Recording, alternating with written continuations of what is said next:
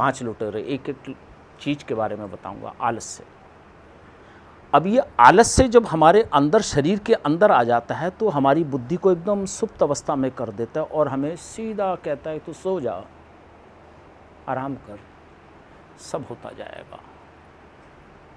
समय निकल जाता है और लुटेरा बैठा रहता है, वो लूटता, आनंद लेता रहता है आलस का, क्योंकि उसको आलस है, उसको आनंद। तो गुरु मंत्र के द्वारा, लगातार गुरु मंत्र के द्वारा आलस्य की जो अंदर की प्राण में क्रिया है वो ये दोनों नाड़ियों के माध्यम से एकदम बाहर निकलेगी। ये दोनों नाड़ियों के माध्यम से ऊपर बाहर निकलेगी और जैसे ये बाहर निकलेगी आलस्य अपने आप ही भागेगा। और आलस्य कब आता है? ऊपर की नाड़ियों से आता। तू सो जा, तुझे करने की क्या जरूरत है? गुरु मंत्र करने की जरूरत क्या है? एक हवा निकलेगी अंदर से, अंदर जैसी गुरु मंत्र की गर्मी थी, ये हवा निकली। आलस्य पीठ को, रीढ़ की, ये प्रैक्टिकल वे बता रहा हूं, रीढ़ की हड्डी को बिल्कुल खड़ा कर देगा, बिल्कुल तैनात कर देगा। इसलिए साधक हमेशा सुखासन में और पद्मासन में बैठकर ही साधना करता है। रीढ़ की हड्डी बिल्कुल सी, वो आलस्य जैसी बाहर निकले, रीढ़ की हड्डी तुम्हारी खड़ी हो जाएगी। एक खतरनाक लुटेरा है ये आलस्य। और काम, काम ऐसा है कि मैं भोग करूं हमेशा, जैसी उसकी वो तुम्हें बैठाए रखेगा बस। काम, ये खतरनाक लुटेरा है ये भी, काम वासना। और इसको, भोग को योग के नीचे, और जैसी नीचे मूलाधार से कुंडलिनी जागृत होगी, खड़ी कर देगी सहस्त्रार में, तो काम अपने आप ऊपर आ जाएगा। तो वो खतरनाक, उसका मुट्ठी, गुरुजी की धोती हमेशा देखो मुट्ठी में बंधी रहती थी, वो रोके रखते थे सहस्त्रार में अपने आप को। क्रोध, एक और लुटेरा,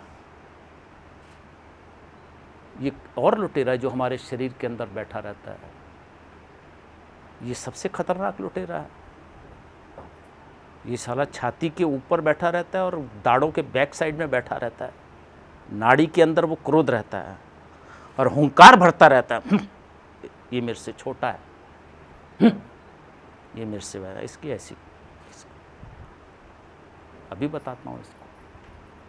ये क्रोध हमारे अंदर, और क्रोध की अग्नि अपने आप को जला देती है, अपने सत्कर्मों को बिल्कुल खराब करती जलाती है, नीचे गिराती है। तो क्रोध को ख़त्म करने के लिए जैसे तुम गुरु का मंत्र करते करते हृदय से ऊपर आते हो, तो क्रोध भी छटपटाते हुए ऊपर निकल जाता है, चोटी के रास्ते बाहर निकल जाता है।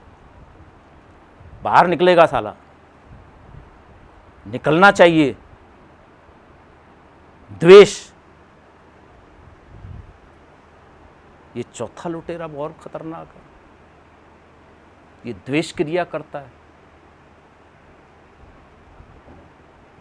शरीर के अंदर, ये द्वेष क्रिया करता है बहुत ज़्यादा। अरे वो बहुत कमज़ोर है, मैं तगड़ा हूँ। भेदभाव करता है, कालापन फैलाता है, और इतना कालापन फैला देता है तो शरीर के अंदर तो उसी का नुकसान होता है, किंतु उसकी गति अधोगति की तरफ द्वेष के कारण, और द्वेष के कारण उसका जीवन खत्म हो जाता है। वो हर एक से द्वेष करता है, हर एक से जो अंदर द्वेष बैठा रहता, द्वेष करते, वो प्रतिस्पर्धा करेगा, द्वेष की प्रतिस्पर्धा करेगा। द्वेष भी खतरनाक चीज़ है। द्वेष साला ये खतरनाक क्रिया है। ये कहाँ बैठी रहती है?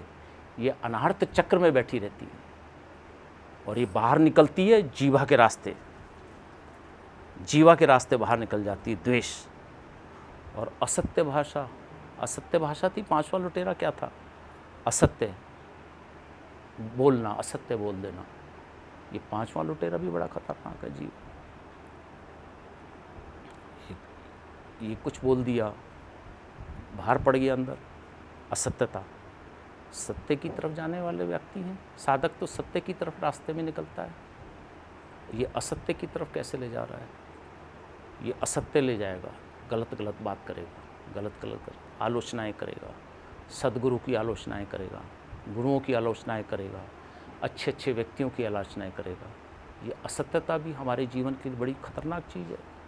असत्यता को कैसे रोका जा सकता है? सिर्फ गुरु मंत्र से रोका जाता है। गुरु मंत्र से जब हम उस तेज को अंदर पीते हैं और अंदर से जब बाहर निकालते हैं, अपने अनुभव बाहर निकालते हैं, वो सत्य पर आधारित होते हैं, वो प्रकाश पर आधारित होते हैं, वो ज्ञान पर आधारित होते हैं, वो चेतना पर आधारित होते हैं, वो पथ पर आधारित होते हैं। उसको सत्य पथ कहते हैं, उसको गुरु पथ कहते हैं, उसको प्रकाश पथ कहते हैं। ये पांचों लुटेरे खराब हैं। भजन की एक एक चीज़ को पकड़ो। ऐसा नहीं है कि भजन एक एक चीज़ हमारे जीवन में धरोहर है। अभी मैंने वो चीज़ें, पांचों चीज़ें पढ़ी। अभी जैसे ये पांचों लुटेरे घर से बाहर तुम्हारे से बाहर निकलते हैं, तो ये घर से भी बाहर निकलते हैं, ये पांचों लुटेरे। और जब ये पांचों लुटेरे, तब गुरु धारण होते हैं। इन पांचों ने तो हमारी ज़िंदगी खराब कर रखी है।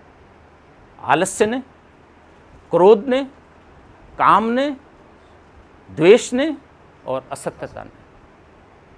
और जैसे ये बाहर निकलते हैं तो मजाल जो कि जैसा वो अंदर का स्वरूप है वो बाहर निकलता है। और अंदर का स्वरूप बड़ा सुंदर स्वरूप है। पूर्णिमा में आती है, अंदर का स्वरूप हर एक का अच्छा है। सब देवता लोग बैठे हो, देवी है, देवता लोग, तुम कम थोड़ी ना हो। फर्क ये है कि मैं तुम्हें बता पा रहा हूँ, मैं उस रास्ते से निकल चुका हूँ, फर्क ये है। और ये पांचों को हटाना है, तब गुरु का धारण क्रिया होती है। एक पथ ये भी है।